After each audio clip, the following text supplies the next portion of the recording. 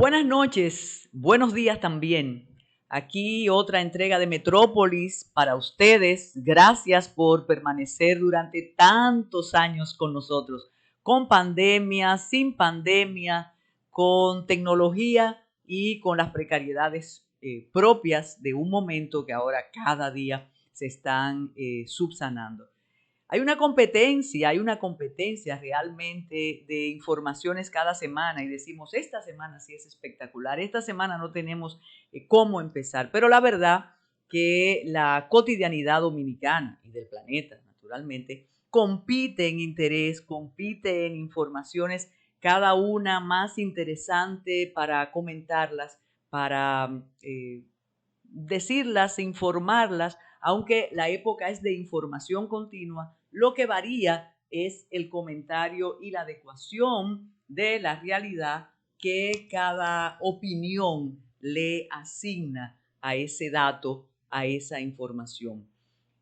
Naturalmente, como cada semana, Tayana, reconocer el empeño, el trabajo de todo el equipo extraordinario que tenemos y que a pesar de las vicisitudes tratan de que cada entrega sea mejor y satisfaga los requerimientos del público y las exigencias de nosotros también. Recuerden que puede acceder a nuestros programas a través de los canales de YouTube, tanto de AME, Canal 47, como de Ready para Exportar y como de Metrópolis. Y escríbanos y díganos qué piensan, qué quieren. Ready para Exportar tiene además ofertas interesantes de talleres, de cursos, de charlas que usted puede acceder, algunos de manera gratuita y otros naturalmente con costo. Bueno, a la semana pasada hablábamos del caso Falcón, de sus implicaciones, del interés, de la sorpresa, pero el caso Falcón sigue en la palestra y seguirá durante un tiempo, compitiendo con otras informaciones, compitiendo con otras narrativas. Es como una apuesta. Quito el tema, no lo quito, pero hay un trabajo de parte de las autoridades, de la DEA, del Ministerio Público, que la verdad que hace que el tema compita realmente. Ahora viral solamente no, sino tendencia. Y es tendencia, sin lugar a dudas, todavía, y creo que lo seguirá siendo durante un tiempo, la operación Falcón. Pero antes de adentrarnos en los temas que tenemos previstos para hoy, que está el caso Falcón, que está también el diálogo que aún no comienza, el diálogo no comienza, no ha comenzado y se demuestra un poco cómo funciona la clase política nuestra ahora en la palestra con el asunto de los candidatos vinculados al narco y la obsecuencia de los grupos partidistas. También tenemos unas declaraciones, algunos audios de familiares que tienen a sus parientes encerrados en cárceles haitianas y realmente están desesperados. Pero quiero comenzar con un lamento muy local, porque nosotros tenemos oyentes y presenciales, visuales, teleaudientes, televidentes en todas partes del mundo naturalmente y en el país, pero voy a hacer un comentario muy limitado naturalmente, no solo al distrito ni al polígono central, sino a algunos sectores del distrito que tienen que ver, sectores tradicionales, emblemáticos del distrito como Piantini, Naco, La Arboleda, La Esperilla. Parece que hay un plan, un proyecto, siempre las autoridades tienen planes extraordinarios, proyectos muy buenos, sin contar con la aquiescencia ni el conocimiento de juntas de vecinos, ni de ciudadanos, ni de convivientes. Y hace unas semanas la alcaldía anunció la transformación de las aceras del sector La Arboleda, conocido como Naco. Y la comunidad estuvo muy contenta porque iban a transformar las aceras. Todavía existen los anafes, los tarantines, el desorden, el problema del tránsito, pero ellos dijeron que iban a transformar las aceras. Pero la sorpresa negativa que han recibido inermes, sin ninguna posibilidad de enmendarlo, es la tala indiscriminada de árboles en cada esquina del sector. Árboles precisamente que le asignaron la identidad a la arboleda, paradójicamente, ¿verdad? Hace un tiempo aquí denunciamos la tala de 5 árboles de caoba de una constructora. Eso fue en la gestión pasada, pero recordemos que esto es una gestión que se repite, es el mismo partido, el mismo grupo, o sea que no se le puede imputar a otro la falta de es continuidad. Pasó aquello, no hubo sanciones, pero en estos casos uno no quiere sanción. El asunto es que cómo va a crecer otra caoba, cómo va a crecer otro roble. Y esto continúa. Esta vez le tocó a todos los alrededores de la iglesia San Judas Tadeo, del colegio San Judas Tadeo, de la calle Gracita Álvarez, de la Presidente González. Parece que la idea de poner bonito un entorno significa quitar los árboles. Solo quería decir eso, ni siquiera como protesta, como queja, solo relatarlo, porque la verdad que la ciudadanía, la vecindad se siente realmente desprotegida ya cuando ve los árboles en el suelo y cuando sabe que no hay oído y que ya para qué. Sí hay una nota curiosa, específicamente en Naco, el regidor más votado fue un joven apellido Sosa, que andaba muy amable y muy sonriente en su bicicleta por todo el sector, un muchachito muy bonito, muy locuaz. Y todos nosotros, todos los habitantes del entorno decían, pero esta es la esperanza, este muchacho va a escuchar las quejas del sector. Fue fantástico porque él llegó a la toma de posesión en su bicicleta, vestido de blanco, mas nunca se ha pasado por allá, o si pasa, no pasa en bicicleta, ni trata de acercarse a los votantes. Son decepciones, pero es la realidad política. Es así. Y hablando de realidad política, como decíamos, la continuidad de esta semana tiene como primacía, es diferente a primicia, como primacía el caso Falcón, sobre todo porque después de develados algunos nombres, de expuestas algunas identidades, y eso es terrible. Si hablamos de debido proceso para un grupo, tenemos que hablar de debido proceso para todos. Y la verdad que luego de que apareces, como aparece una comunicadora, como aparece el Torito, como aparece un sinnúmero de personas en esas listas y con la imagen en los medios de comunicación, oye, da trabajo luego salir a la calle porque esas son condenas. Y ahora se utiliza mucho creer, y sobre todo con las medidas de coerción, que son condenas previas al juzgamiento y a la sentencia, desde que hay una prisión como medida de coerción previa, ya estás desacreditado. Entonces, yo he repetido aquí, en broma, en serio, que es mejor condenar antes de juzgar. Entonces, cuando te juzguen, te quitan la pena y te dicen, excúsame que tú no eras culpable realmente. Pero sí hay algo real en este caso, y es el inconveniente de tener en la política el dinero de un negocio que hace rato debió legalizarse para evitar estos percances. Ya no es, como hemos visto durante estas 2 semanas, que si el partido tal los tiene, que si el otro partido lo tiene, que si Domínguez Brito hizo una denuncia con nombres el año pasado, con nombres que él no le corresponde, porque mientras él estuvo como Procurador General de la República también existían otros narcos. Ya él ha dicho que no le habían pedido en extradición a los que, bueno, el asunto es que se están tirando cajas y cajones sin tratar de reflexionar y de valorar lo que significa aceptar a cualquiera por el dinero que aporta como candidato. De eso se trata. Y no solo eso, fíjense el caso del Seibo. En el caso del Seibo,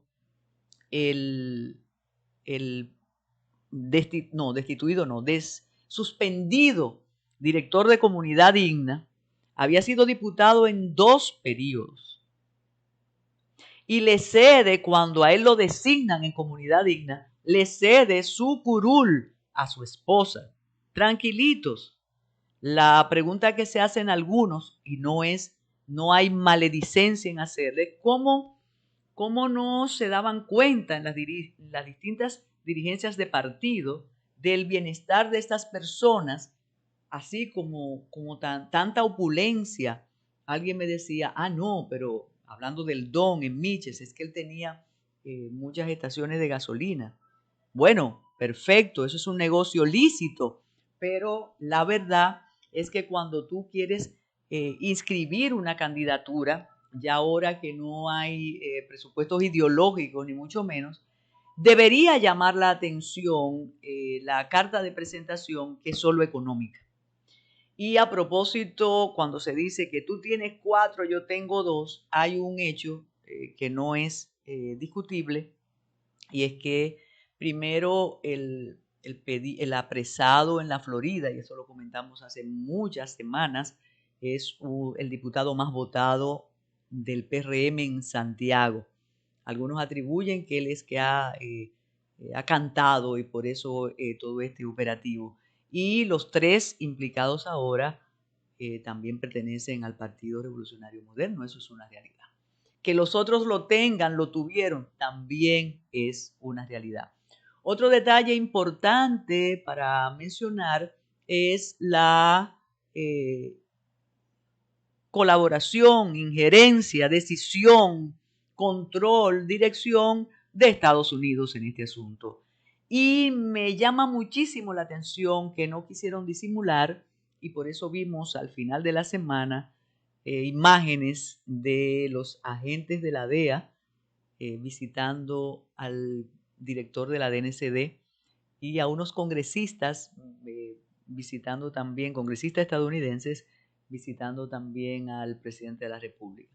Eso pasa con el narco realmente, porque el narco afecta a Estados Unidos, y el narco es el narcotráfico, el narconegocio es un negocio que tiene efectos transnacionales, y lo que dicen en este operativo es que este grupo llevó a Estados Unidos toneladas de cocaína durante años y años y más años. De eso se trata, el circo quiere más, dicen, pero no hay más, no hay militares, no hay de otros partidos. Cada instante que transcurre tenemos el oído presto para saber quiénes van, pero hasta ahora, claro, el presidente firmó la extradición del Don, del hombre más poderoso de Miches, dice. Bueno, eso me apunta a Carlito, que se acabó el combustible, no había combustible porque él era el dueño de todas las estaciones de combustible en Miches. Él fue espontáneamente, dijo, yo quiero ser extraditado, y el presidente de la República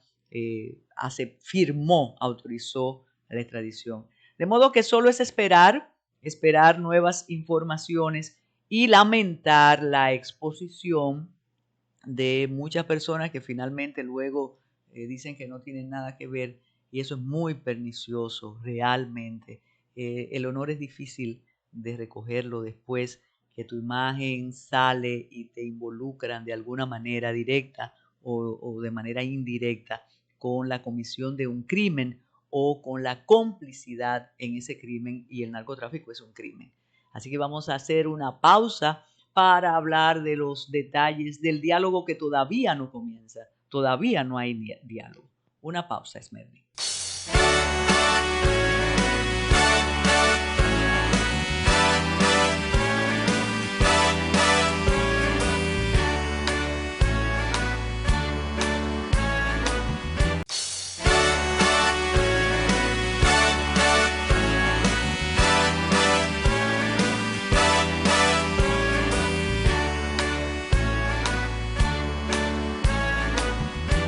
Y tal y como se pautó y se estableció en la primera reunión auspiciada por el Consejo Económico y Social, órgano constitucional y a petición del presidente de la República, luego del discurso que pronunciara el día 18 de agosto, aquel discurso inolvidable en las escalinatas del Palacio Nacional, Se celebró la reunión el miércoles 15, esta vez ya no en la sede del CES, sino en el Salón de Convenciones de Cancillería, porque iba el presidente y porque iban más personas. Las expectativas fueron muchas, siguen siendo muchas. Primero se pensó, y aquí lo habíamos planteado en Metrópolis, que el presidente de la República, como dijo que asistiría, porque después que él convocó la primera vez no fue, incluso se comentó que él dijo es de pequeñas ligas lo que está ocurriendo.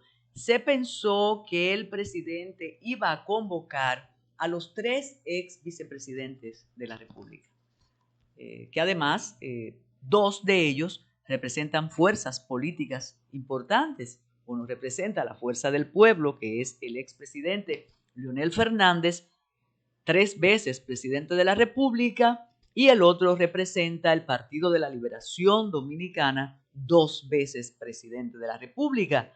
El presidente Hipólito Mejía, una vez presidente, es del mismo partido del presidente Luis Abinader, del PRM, Antigua Alianza Social Dominicana, y además es una persona con una cuota de poder importante y con una experiencia de Estado. La verdad que se rumoró que posiblemente el presidente los invitaría o el propio CES. Sin embargo, eso no ocurrió y volvió a verse un escenario, a pesar de los elogios, a pesar de las emociones, de los ditirambos, de qué maravilla que nos entendemos, un país que ahora está en un periodo de división y de violencia verbal realmente inexplicable e innecesario. Pero llega el presidente y todos aquellos se sienten muy honrados por la presencia del presidente y se creía que ya iban a comenzar los trabajos del diálogo nacional. Pero no fue así, no ha sido así. Y a pesar de los elogios, como decía anteriormente, de que qué maravilla que nos sentamos a dialogar, lo que hizo el presidente fue exponer, esbozar las ideas de transformación que él tiene. Fue una exposición ampliada del discurso del 18 de agosto. Propuestas realmente, o propuestas no, esbozos, porque fueron ideas realmente interesantes que ameritarían naturalmente discusiones intensas de especialistas o con especialistas jurídicos, con expertos constitucionalistas, y naturalmente también implicarían su adopción, lo que algunos le temen, pero creemos que es el interés primordial del presidente de la República, que es la modificación de la Constitución de la República. Porque los cambios que él ofrece, que él propone, que él quiere que se discutan, tienen que transformar el articulado en lo que respecta a esos temas en la Constitución vigente de la República Dominicana. Lo atinente al Ministerio Público, que ya esboza, todavía el 18 de agosto él decía, quiero un Ministerio Público independiente.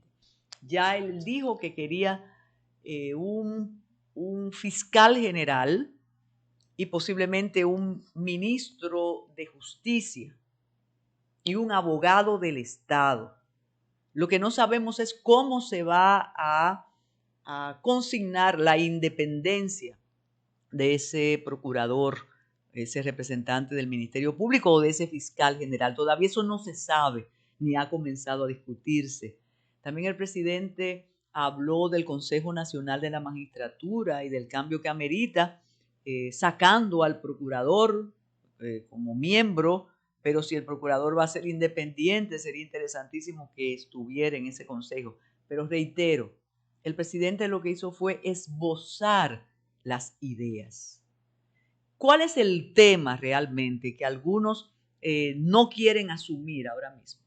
El tema es que tantas personas importantes, tantas personas que son responsables de los destinos de este país, empresarios, políticos, miembros prominentes de organizaciones de la sociedad civil, el CES como organismo, no han ideado, no han diseñado un método para la discusión. No hay una organización, una metodología para que estos señores adultos, mayores, importantes, influyentes, se sienten a discutir las propuestas del presidente de la República, porque son propuestas del presidente de la República, esbozos de lo que él quiere con la Constitución. Algunos reiteran, que posiblemente nos ascribimos esa corriente, que no habría necesidad de transformar la Constitución ahora, que es una Constitución joven que todavía no ha demostrado todo su potencial. Pero el presidente está empecinado en la independencia del Ministerio Público, también de la Cámara de Cuentas.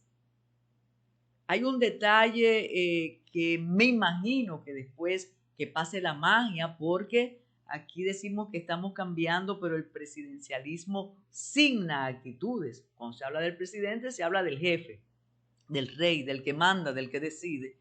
Pero a mí me parece un tema a discutir la exclusión por alguna simpatía o alguna militancia política. Eso es discriminar a las personas porque hayan tenido alguna afiliación partidista. Y eso no puede ser. Eso no debe ser. Pero el tema importante, reitero, es ese. ¿Cómo no han podido diseñar una metodología para discutir las propuestas? Como en esta segunda reunión, tantos académicos, tantos técnicos, tantos políticos no se han dado un método para discutir, para de verdad iniciar un diálogo. Un diálogo es un intercambio de ideas. Aquí hay una exposición que hizo el convocante, una exposición de lo que él quiere. Yo no quisiera pensar, aunque la imaginación es libre, que después todos van a levantar la mano y decir, y ahora vamos al Congreso para que se apruebe todo lo que trajo el presidente, pero eso es lo que luce.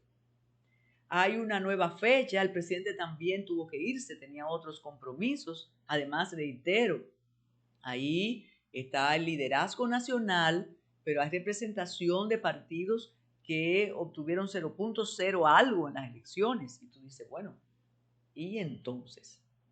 Pero de eso se trata. Y el órgano protagonista debe ser el CES, el Consejo Económico y Social. Debe trazar las pautas con todo el respeto, aunque el presidente esté, aunque sea el protagonista, aunque sea el más esperado.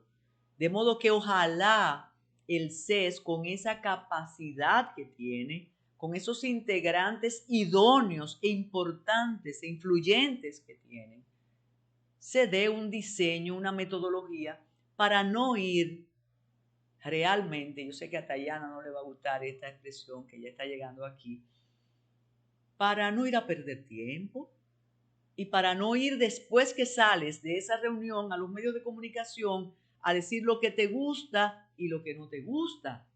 Y otro aspecto muy importante, estas reformas propuestas por el presidente son de una dimensión y de una esencia jurídica fundamental que necesita la discusión jurídica de la comunidad jurídica dominicana.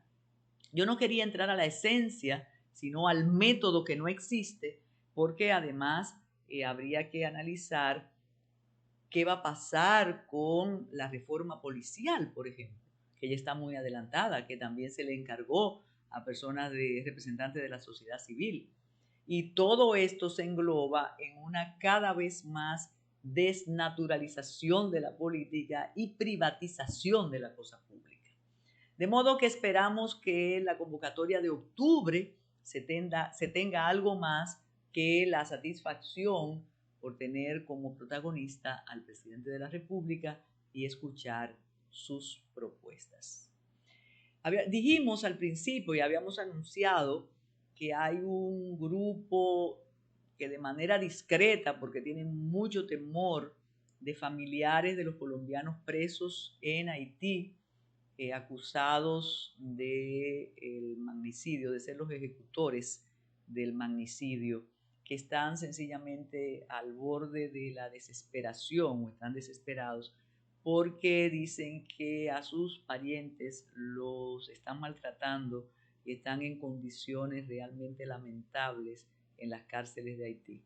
Cuando regresemos vamos a comentar algunos detalles y a escuchar algunos de los testimonios de estos familiares.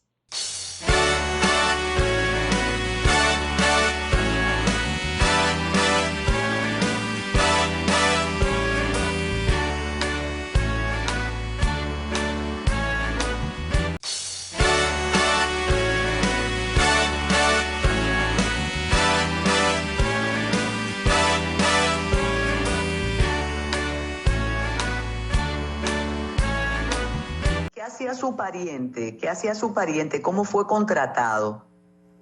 La situación que se presentó aquí en Colombia fue la siguiente.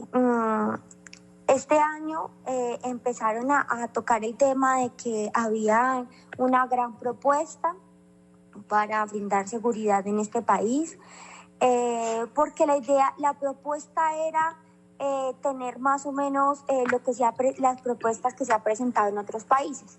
Es que el ejército colombiano fuera a prestar ayuda en conocimiento al ejército haitiano y a la policía haitiana, que ellos brindaran su conocimiento para el fortalecimiento de estas dos instituciones que allá están desvanecidas totalmente, que no tienen el poder para la protección de su población ni de las personas que están allí, porque allá es el terror de las bandas donde tienen sometido al pueblo, allá bajo amenazas, bajo secuestros, violaciones, son las que tienen el poder en Haití.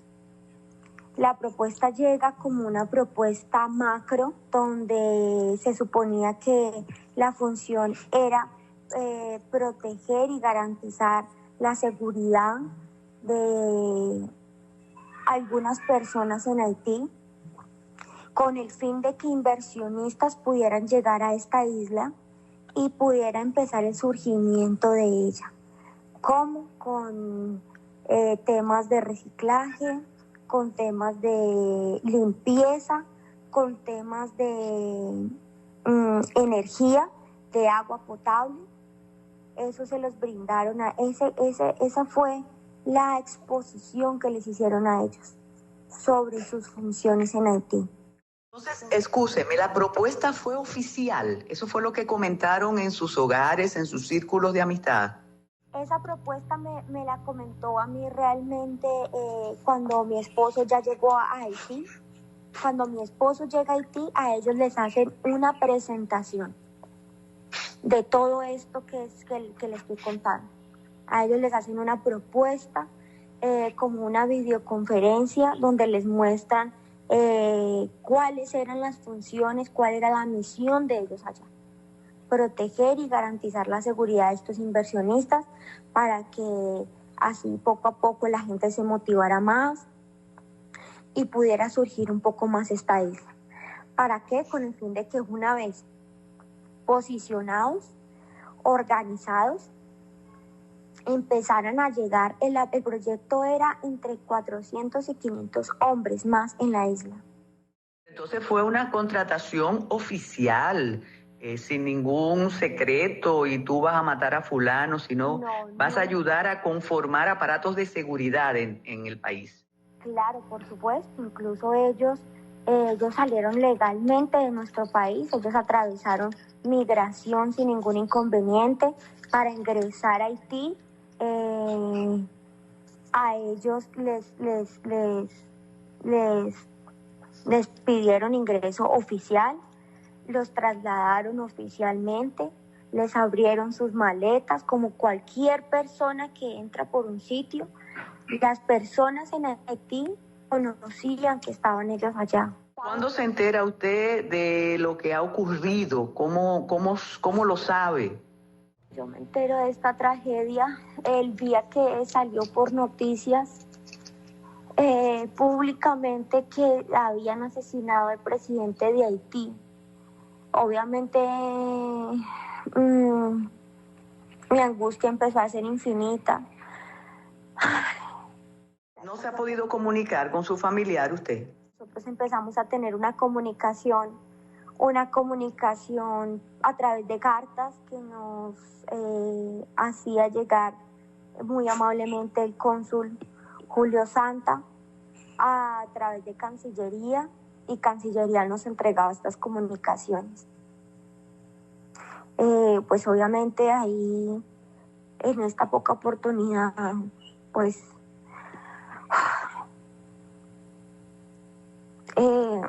ellos empezaron a ver como una opción de poder empezar a contarnos por lo que estaban pasando.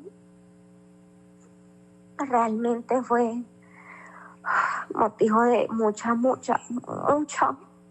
angustia entender que sin un abogado, que sin ningún tipo de defensa, una persona que tenga su nacionalidad los acompañe para unas supuestas entrevistas que brindaron en policía judicial durante ese tiempo de captura.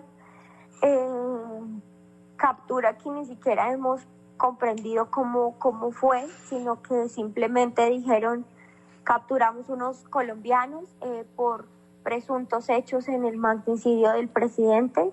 Se han elevado a través de los tratados de Ginebra, que pues obviamente había que tener una legalización de su captura a partir de las 48 horas, cosa que no se ha podido en 66 días, porque pues allá no hay un estado fallido, donde nadie tiene la representación de nadie, donde simplemente por prevención tienes tú 18 personas sin comida, sin agua, donde para tus fines jurídicos, procesales, les arrancaron las uñas, los quemaron con aceite caliente, les patearon su cara y les partieron sus dientes.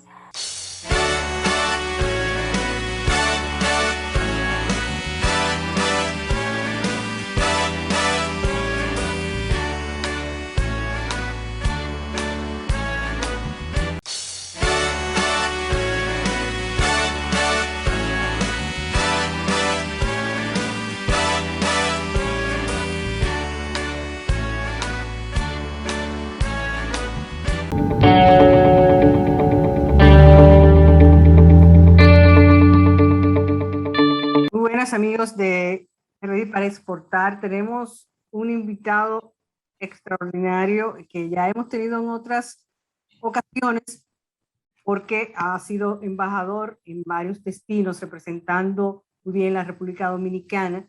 Federico Cuello es el embajador de la República Dominicana en Corea del Sur.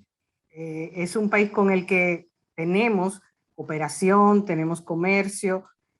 Cuéntanos un poco cómo has encontrado de nuevo ese terreno en Corea y qué estamos haciendo para incrementar el comercio, la inversión con Corea.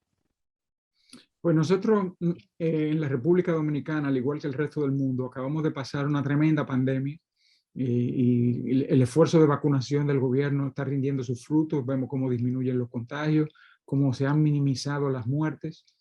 Entonces, Corea había gestionado muy bien la pandemia, pero tuvo retraso con la vacunación. Lo que sí Corea manejó muy bien fue la estrategia de contención del impacto económico. Y ya para julio del 2020 habían adoptado el llamado nuevo Pacto Coreano, que implica una respuesta en tres vertientes. Primero que nada, la descarbonización de la economía, segundo, la digitalización de la sociedad y tercero, el fortalecimiento de las redes de protección. Es una respuesta que aseguró que Corea ya para finales del 2020 apenas había caído 1%, mientras otros países como nosotros caímos 6.8% y otros aún más. Corea apenas cayó un 1% y ya para el primer trimestre del 2021 se había recuperado un 4%. Nosotros también vamos a una recuperación impresionante. Este año vamos a cerrar con un crecimiento de 12%, fruto sobre todo de la política monetaria del Banco Central. Pero nos queda ahora una respuesta que yo espero salga de esta nueva consulta a la cual convocó el presidente Abinader, que mucho me temo, pues, por razones obvias se concentre en cuestiones que tienen que ver con reforma fiscal y cosas que tenemos pendientes de hace tiempo, pero realmente la respuesta coreana debe ser la respuesta de países como República Dominicana. Nosotros tenemos por delante un desafío tremendo que es reducir la huella carbónica de la economía dominicana. Eso significa hacer una transición hacia energías alternativas en la electricidad, una transición a energías alternativas en el transporte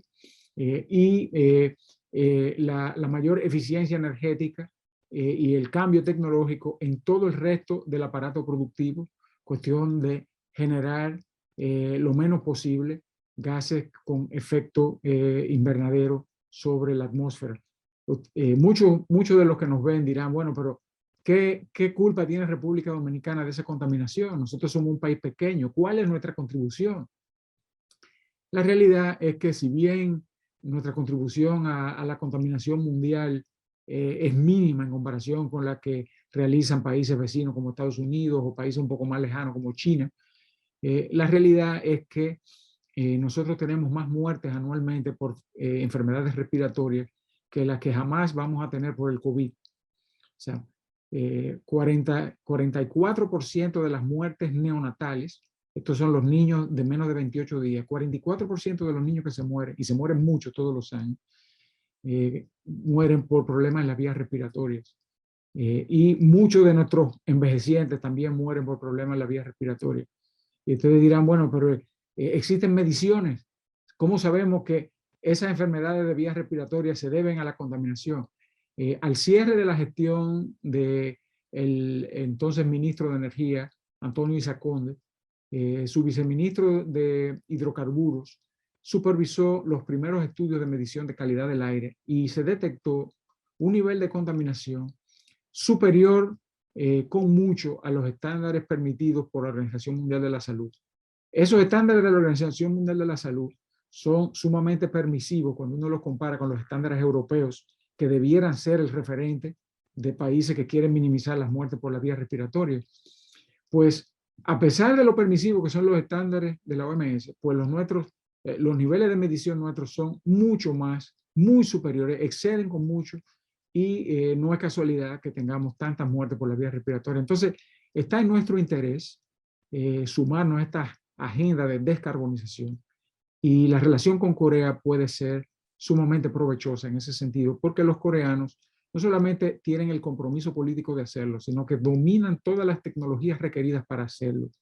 Y como siempre, la tecnología coreana, o sea, lo vemos sector tras sector tras sector, la tecnología coreana es la más moderna y la que está disponible al menor precio, pero que además se coloca en los mercados de los países en vía de desarrollo a través de mecanismos de financiamiento sumamente generosos. Estamos hablando de 10 años de gracia y 30 años de periodo de repago a tasa de interés irrisoria del 2%. Por eso aquí he encontrado una agenda muy consona con el momento que vivimos, relevante a nuestras necesidades. Quizás nuestra clase política y empresarial no está totalmente consciente de que tenemos este desafío y que lo tenemos por delante ya, no para el 2050, sino comenzar ahora para que en el 2050 tengamos los resultados deseados, minimizando el trauma del ajuste. Y además, con un presidente que llegó a su toma de posesión en un carro eléctrico. Recuérdense de eso. Eso fue una señal clara de lo que el presidente Abinader espera. Entonces, yo como jefe de misión aquí en Corea, entiendo esa señal y desde ya he formulado mis planes operativos anuales para trabajar en ese sentido. Y el tema de comercio, ¿dónde tú ves las oportunidades para República Dominicana? Pues Corea es el 9º país del mundo en términos de su nivel de desarrollo. Es el 6º exportador del mundo. Y es un país que tiene una historia muy dramática, en virtud de la cual la seguridad alimentaria es absolutamente esencial. Todo lo que tiene que ver con la alimentación coreana es estratégico. La prioridad de la recuperación después de la guerra fue asegurar los suministros de comida, que llevaban décadas sufriendo literalmente en carne viva la falta de alimentación.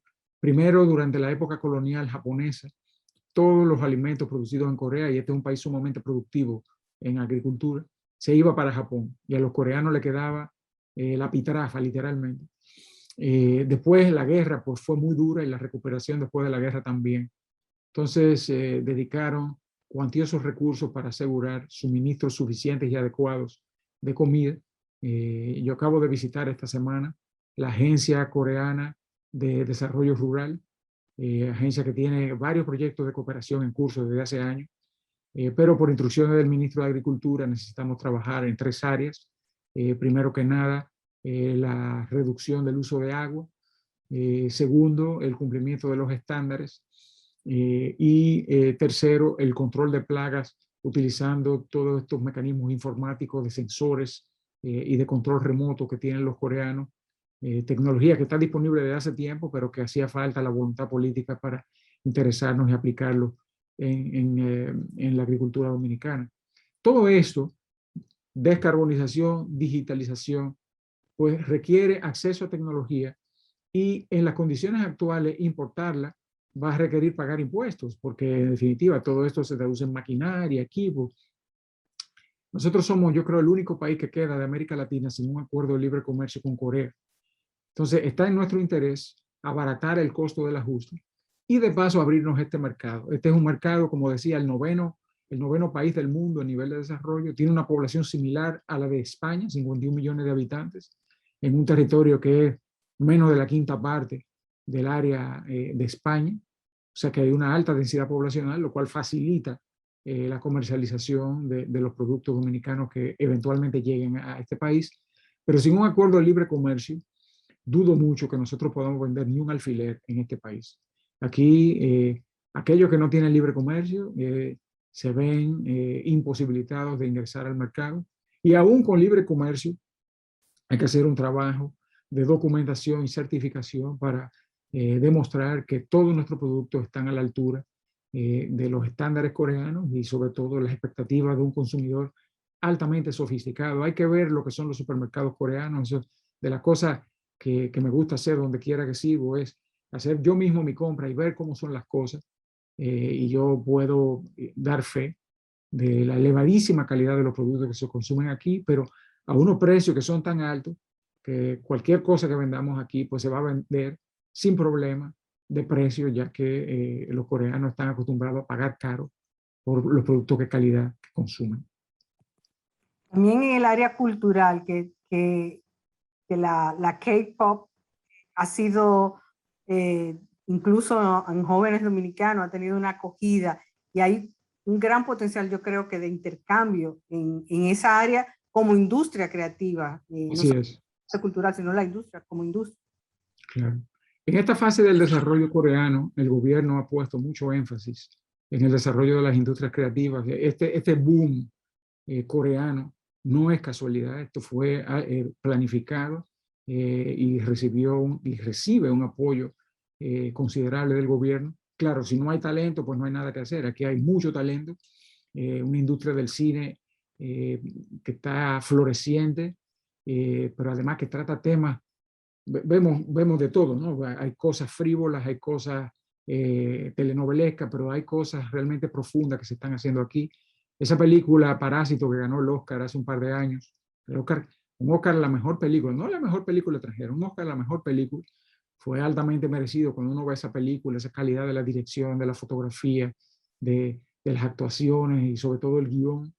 un poco tragicómico, de una realidad que uno diría, bueno, es una realidad que se ve en toda parte del mundo, donde hay una dualidad en la sociedad de aquellos que han tenido el privilegio de disfrutar de las oportunidades y de tener éxito en la sociedad, y otros que se quedan detrás.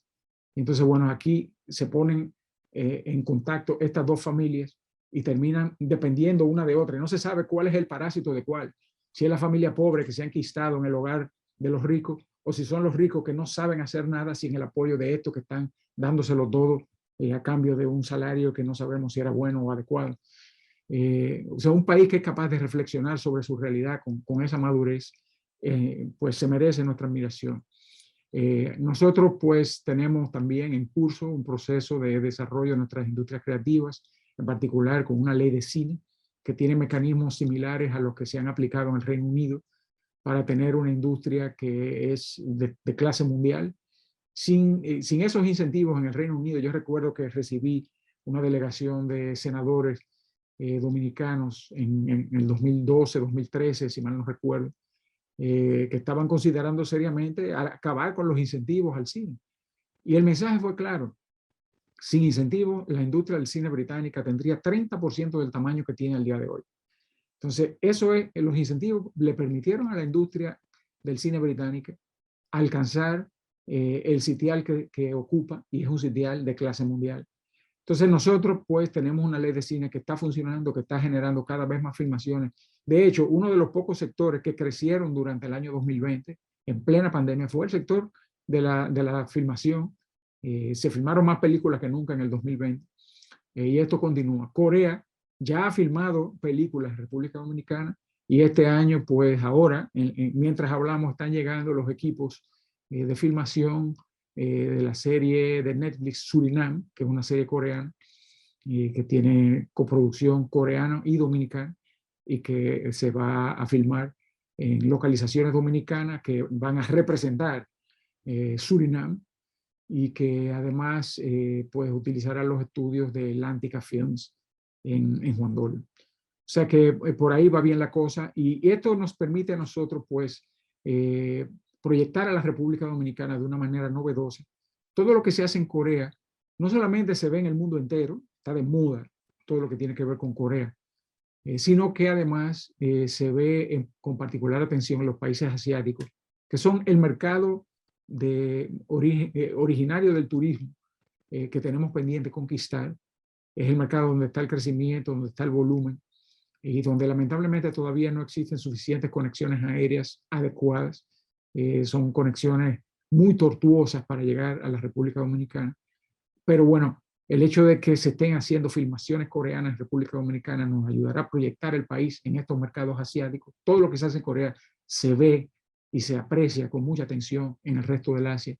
Y esto pues generará el interés que sin duda ayudará a generar la atención de las líneas aéreas y asegurar el volumen de espacio en las redes de transporte aéreo que nos permiten traer eventualmente turistas asiáticos hacia el país. Bueno, lamentablemente se nos acaba el tiempo, pero no podemos terminar sin decir cómo vemos que por lo menos la parte empresarial dominicana, la Cámara Coreana-Dominicana se ha reactivado. Hay por lo menos un interés renovado por hacer negocios con Corea, y si alguna de esas personas están pensando, vamos a explorar esas tecnologías de punta de Corea en vez de las tradicionales, las de siempre, las que tal vez va a buscar todo el mundo. ¿Cómo pueden hacer, cómo pueden aprovechar estas oportunidades de tener tremenda embajada en estos mundos? Sí, pues qué bueno que mencionas eso, Tayana, porque como tú sabes, sin una infraestructura empresarial es muy difícil hacer nada. Alguien tiene que aprovechar estas oportunidades. En el tema de la relación bilateral dominico-coreana, pues tenemos la suerte de contar con líderes como Avelino Rodríguez, el presidente de Hyundai, de Magna Motors, y que pues ha apostado a la reactivación de la Cámara. Hemos tenido el apoyo de alto nivel del ministro Ito Bisonó y todo su equipo, que El Ministerio de Industria y Comercio es el responsable de las cámaras.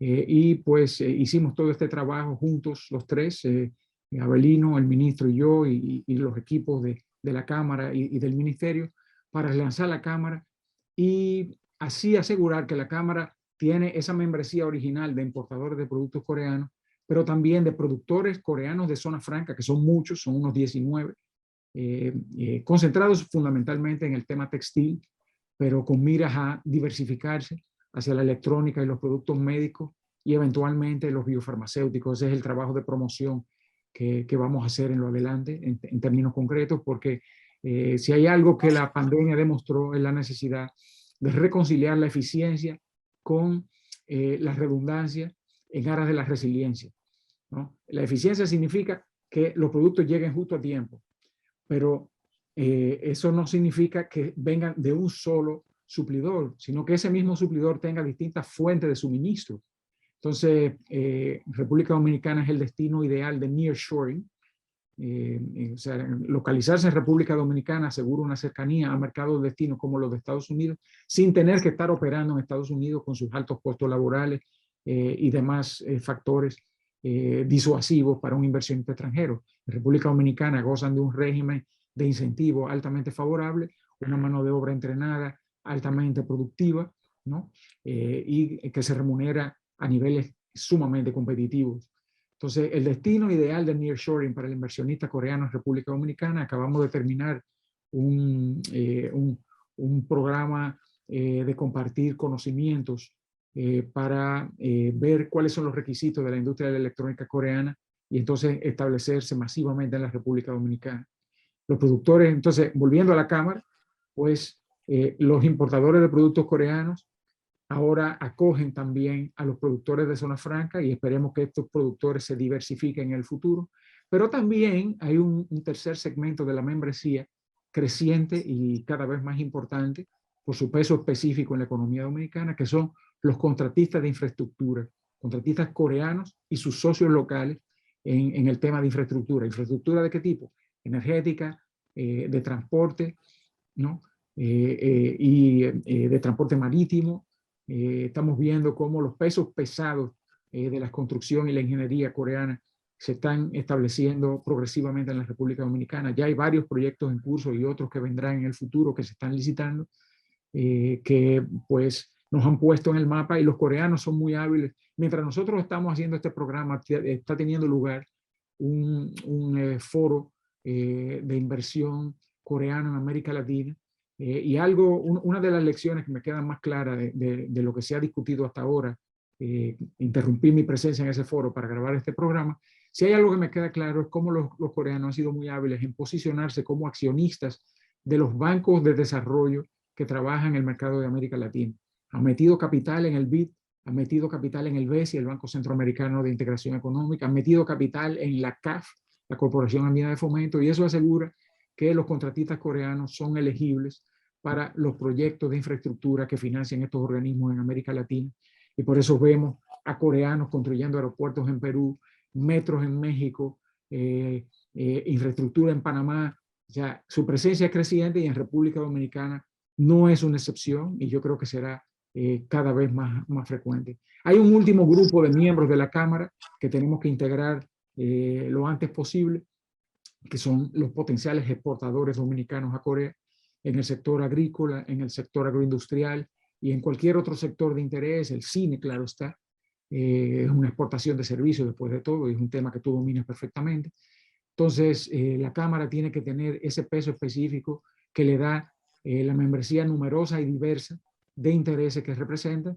Y esta es la membresía clave para cualquier iniciativa del gobierno en materia de adhesión al Acuerdo de Libre Comercio que ya entró en vigor para Centroamérica, que debió de ser un acuerdo de libre comercio para todos los países del SICA, pero que extrañamente, pues, República Dominicana se autoexcluyó en su momento por razones que yo no acabo de entender, porque yo entiendo que hay sectores que sientan temor del libre comercio ante las posibles amenazas de competencia de productores más competitivos, pero cuando uno hace el análisis, uno se da cuenta que Corea no compite en nada con República Dominicana. ¿Dónde están los productores dominicanos de automóviles? ¿Dónde están los productores dominicanos de celulares, de electrodomésticos? Esos son los fuertes de Corea. Entonces, abrirnos al libre comercio con Corea lo que va a hacer abaratar toda esa tecnología para nuestros productores que se necesitan descarbonizar y para nuestros consumidores que ya pues han optado desde hace tiempo por los productos coreanos a pesar de los impuestos que pagan. Entonces, dominan eso. Los más preferidos en todos los segmentos son los productos coreanos. De hecho, con Corea hay más importación desde Corea que desde el Reino Unido.